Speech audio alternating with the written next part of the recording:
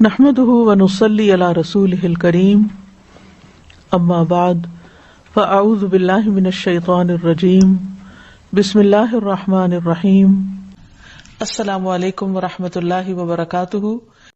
جب میرے بندے آپ سے میرے بارے میں سوال کریں تو کہہ دیجئے بے شک میں قریب ہوں، میں پکارنے والے کی پکار کا جواب دیتا ہوں جب وہ مجھے پکارے۔ تو ان کو چاہیے کہ وہ میرا حکم مانے اور مجھ پر ایمان رکھیں تاکہ وہ ہدایت پا جائیں۔ بلا شبہ یقیناً اللہ سبحانہ تعالی قریب ہے، اللہ تعالی ہماری پکار سنتا ہے، نہ صرف یہ کہ سنتا ہے بلکہ جواب بھی دیتا ہے، ہماری دعائیں قبول فرماتا ہے، لہٰذا ہمیں اس کو پکارتے رہنا چاہیے، دعائیں مانگتے رہنا چاہیے۔ دعا مانگنا افضل ترین عبادت ہے، دعا میں استعمال کیا ہوا وقت عبادت شمار ہوتا ہے، اور اگر ہم چاہتے ہیں کہ ہماری دعائیں قبول ہوں تو پھر ہمیں بھی اللہ تعالیٰ کے احکامات کو قبول کرنا چاہیے، اس کی باتیں بھی ماننی چاہیے، اور اللہ تعالیٰ پر ایمان رکھنا چاہیے، بھروسہ رکھنا چاہیے، اعتماد کرنا چاہیے کہ وہ ہماری دعاؤں کو رائیگاں نہیں جانے دے گا بلکہ انہیں قبولیت کا شرف عطا کرے گا جیسا کہ اس کا وعدہ ہے، اور وہ اپنے وعدوں کے خلاف نہیں کرتا، اور اس طرح انسان صحیح راستہ پا جاتا ہے، زندگی کی مشکلات آسان ہو جاتی ہیں۔ سورۃ ہود میں اللہ تعالیٰ فرماتے ہیں، سو اس سے بخشش مانگو پھر اس کی طرف پلٹ آؤ، یقیناً میرا رب قریب ہے، قبول کرنے والا ہے۔ اگر ہم چاہتے ہیں کہ ہماری دعائیں قبول ہوں تو ہمیں ان چیزوں کو جو ہمارے اور دعاؤں کی قبولیت کے راستے میں حائل ہیں، یعنی ہماری اپنی غلطیاں، ہماری کوتاہیاں، ہماری خطائیں، ہمارے گناہ، ہماری نافرمانیاں، ان کو راستے سے ہٹانا چاہیے، ان سے توبہ بھی کرنی چاہیے، ان کو چھوڑ دینا چاہیے، اور ان کی بخشش کے لیے اللہ تعالیٰ سے دعا بھی کرنی چاہیے۔ فاستغفروہ ثم توبوا الیہ ان ربی قریب مجیب۔ رب تو دور نہیں، وہ تو قبول کرے گا، لیکن ہم بھی تو وہ کام کریں کہ جس سے ہماری دعائیں قبول ہو جائیں۔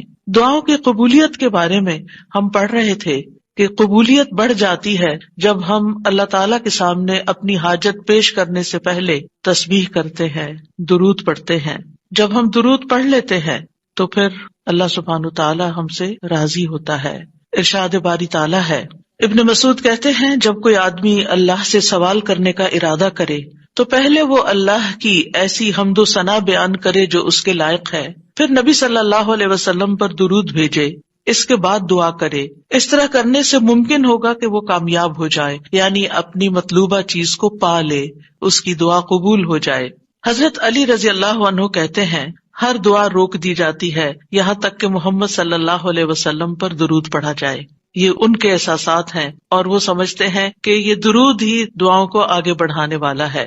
مناوی کہتے ہیں، کل دعاء محجوب، یعنی ہر دعا سے قبولیت روک دی جاتی ہے یہاں تک کہ دعا کرنے والا نبی صلی اللہ علیہ وسلم پر درود پڑھتا ہے، یعنی دعا اللہ کی طرف نہیں اٹھتی یہاں تک کہ اس کے ساتھ نبی صلی اللہ علیہ وسلم پر درود کو نہ ملایا جائے، کیونکہ درود دعا کی قبولیت کا وسیلہ ہے۔ ہم نے دعا کی اہمیت اور آداب میں پڑھا تھا کہ کچھ وسیلے ایسے ہیں جو جائز ہیں اور کچھ وسیلے ایسے ہیں جو درست نہیں ہیں۔ تو جائز وسیلوں میں سے ایک وسیلہ کیا ہے کہ ہم درود پڑھیں تاکہ ہماری دعا آگے بڑھے۔ دعا میں درود کی وجہ سے اللہ سبحانہ تعالیٰ ہماری ساری ضروریات کے لیے کافی ہو جاتا ہے۔ صحیح ترغیب بالترہیب میں آتا ہے، ایک شخص نے عرض کیا، اے اللہ کے رسول صلی اللہ علیہ وسلم، کیا میں اپنی دعا کا تہائی یعنی 1/3 حصہ آپ پر درود پڑھنے کے لیے مقرر کر دوں؟ آپ نے فرمایا، ہاں اگر تم چاہو تو۔ اس نے کہا 2/3 2/3۔ آپ نے فرمایا، ہاں اگر تم چاہو۔ اس نے کہا، اگر میں ساری دعا درود کے لیے مقرر کر دوں؟ تو رسول اللہ صلی اللہ علیہ وسلم نے فرمایا، پھر تو اللہ تمہاری دنیا اور آخرت کے غم و فکر کے لیے تمہیں کافی ہو جائے گا۔ اس کا یہ مطلب نہیں ہے کہ ہم پھر کوئی دعا مانگے ہی نہ، اس کا مطلب یہ ہے کہ زیادہ سے زیادہ درود پڑھیں، یعنی دعائیں تو ہم مخصوص وقت میں پڑھتے ہیں یا پھر جب کوئی ضرورت پیش آتی ہے، لیکن درود ہم ہر وقت پڑھ سکتے ہیں، یعنی ہماری روزانہ کی جو روٹین ہے، چلتے پھرتے اٹھتے بیٹھتے، کیونکہ کچھ لوگوں نے اس کے ساتھ بھی بڑی پابندیاں عائد کی ہوئی ہیں کہ بغیر وضو کے درود نہ پڑھا جائے، سر پہ دوپٹے کے بغیر درود نہ پڑھا جائے، راستے میں کہیں درود نہ پڑھے۔ ایسا کچھ نہیں ہے، دعا ہو، ذکر ہو، درود ہو، وضو کے ساتھ، وضو کے بغیر، راستے میں، سوتے جاگتے اٹھتے بیٹھتے، ہر جگہ پڑھ سکتے ہیں۔ صرف یہ ہے کہ نماز جو ہے وہ وضو کے بغیر نہیں ہوتی، وہ پوری طرح سطر ڈھانکے بغیر نہیں ہوتی. آپ لمبی سے لمبی نماز پڑھ رہے ہیں لیکن آپ نے ایسا دوپٹہ اوڑا ہوا ہے کہ آپ کے بال جھلک رہے ہیں تو آپ کی نماز نہیں ہوگی، آپ کی محنت ضائع ہو جائے گی. لیکن درود شریف کے وقت اگر آپ کام کر رہے ہیں، مثلا کھانا پکا رہے ہیں اور آپ نے دوپٹہ اتار کے ایک طرف رکھا ہوا ہے کہ بار بار وہ بیچ میں اٹک رہا ہے تو کوئی حرج نہیں، سر ننگا بھی ہے تو درود شریف پڑھ سکتے ہیں. تو درود شریف پڑھتے رہنے سے انسان کے سارے مسائل حل ہو جاتے ہیں. خاص طور پر اگر آپ کے دل پر بوجھ ہے، غم ہے، پریشانی ہے تو درود ان چیزوں کو دور کرنے والا ہے، ان کا ازالہ کرنے والا ہے. یہ دنیا اور آخرت کی خیر کو جمع کرنے والا ہے، کیونکہ اللہ تعالیٰ جس کو غم اور فکر میں کافی ہو جائے تو ایسا شخص دنیا اور آخرت دونوں کی پریشانیوں سے نکل جائے گا. کیونکہ نبی صلی اللہ علیہ وسلم نے درود کی فضیلت کیا بتائی کہ پھر اللہ تعالیٰ اس کو دنیا اور آخرت کے ہم و غم کے لیے کافی ہو جائے گا، یعنی پھر سارے معاملات آپ کے اللہ کے سپرد ہو جائیں گے. یعنی اذن یکفیک اللہ ما اہمک، تمہاری دینی، دنیاوی، اخروی معاملات، ہر چیز میں جو پریشانیاں ہیں انشاءاللہ وہ دور ہو جائیں گی. اس کی وجہ کیا ہے؟ اس کی وجہ یہ ہے کہ انسان اللہ سبحانہ تعالیٰ کی طرف متوجہ ہوتا ہے اور ایک محسن کے احسانات کو یاد کرتا ہے. یعنی جیسے شکر نعمتوں کو بڑھاتا ہے نا، لئن شکرتم لازیدنکم، اگر تم نے شکر ادا کیا تو میں تمہیں کیا کروں گا، اور نعمتیں دوں گا. درود شریف کیا ہے؟ اگر آپ غور کریں تو درود کیا ہے؟ درود دراصل نبی صلی اللہ علیہ وسلم کے ہم پر جو احسانات ہیں کہ آپ نے ہمیں ایمان سے روشناس کیا، قرآن سے روشناس کیا، حکمت سے روشناس کیا اور ہماری خاطر دعائیں کی، بے شمار احسانات ہیں نا آپ صلی اللہ علیہ وسلم. آج ہم آپ کو کیا بدلہ دے سکتے ہیں؟ کس شکل میں بدلہ دے سکتے ہیں؟ ہم آپ کے لیے کیا کر سکتے ہیں؟ ہمارے والدین ہمارے ساتھ احسان کرتے ہیں تو ہم ان کی خدمت کرتے ہیں، ہم ان کو کچھ پکا کے دے دیتے ہیں، ہم ان کو کچھ کھلا دیتے ہیں، ہم ان کو کچھ گفٹ دے دیتے ہیں. یعنی مختلف طریقے سے ماں باپ کو خوش کرنے کی کوشش کرتے ہیں، چاہے انہیں ضرورت ہو یا نہ ہو. ہم سب ایسے ہی کرتے ہیں نا. یعنی ہم یہ تھوڑی دیکھتے ہیں کہ ان کو اس وقت ہمارے لاڈ پیار کی ضرورت ہے یا نہیں ہے، وہ دکھی ہے، پریشان ہے یا نہیں ہے.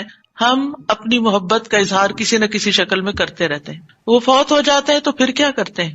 پھر ان کو وزٹ نہیں کر سکتے، ان کو دیکھ نہیں سکتے، ان کو کچھ دے نہیں سکتے، انہیں کچھ کھلا پلا نہیں سکتے. پھر ہم ان کے لیے بس صرف دعائیں کرتے ہیں یا صدقہ خیرات کر دیتے ہیں. یہی چیزیں ان کو فائدہ دیتی ہیں. نبی صلی اللہ علیہ وسلم کے احسانات ہم پر سب انسانوں سے زیادہ ہیں، ہمارے ماں باپ سے بھی زیادہ ہیں ہم پر. اگر ہم سیرہ پڑھیں اور دیکھیں کہ آپ نے کتنے دکھ اٹھائے، کتنے غم اٹھائے، کتنی پریشانیوں سے گزرے تو حیران ہو جاتا ہے انسان کہ اتنی بھی سچی خیرخواہی کسی انسان کے اندر ہو سکتی. النبی اولی بالمؤمنین من انفسہم، نبی تو تم سے بھی زیادہ تمہارے لیے مہربان ہے. یعنی ہم اپنی جانوں کے بارے میں اتنے فکر مند نہیں ہوتے، ہم اپنے آپ کو خود جہنم کی آگ سے بچانے کے لیے وہ فکر نہیں کرتے جتنی فکر ہمارے نبی صلی اللہ علیہ وسلم نے ہمارے لیے کی.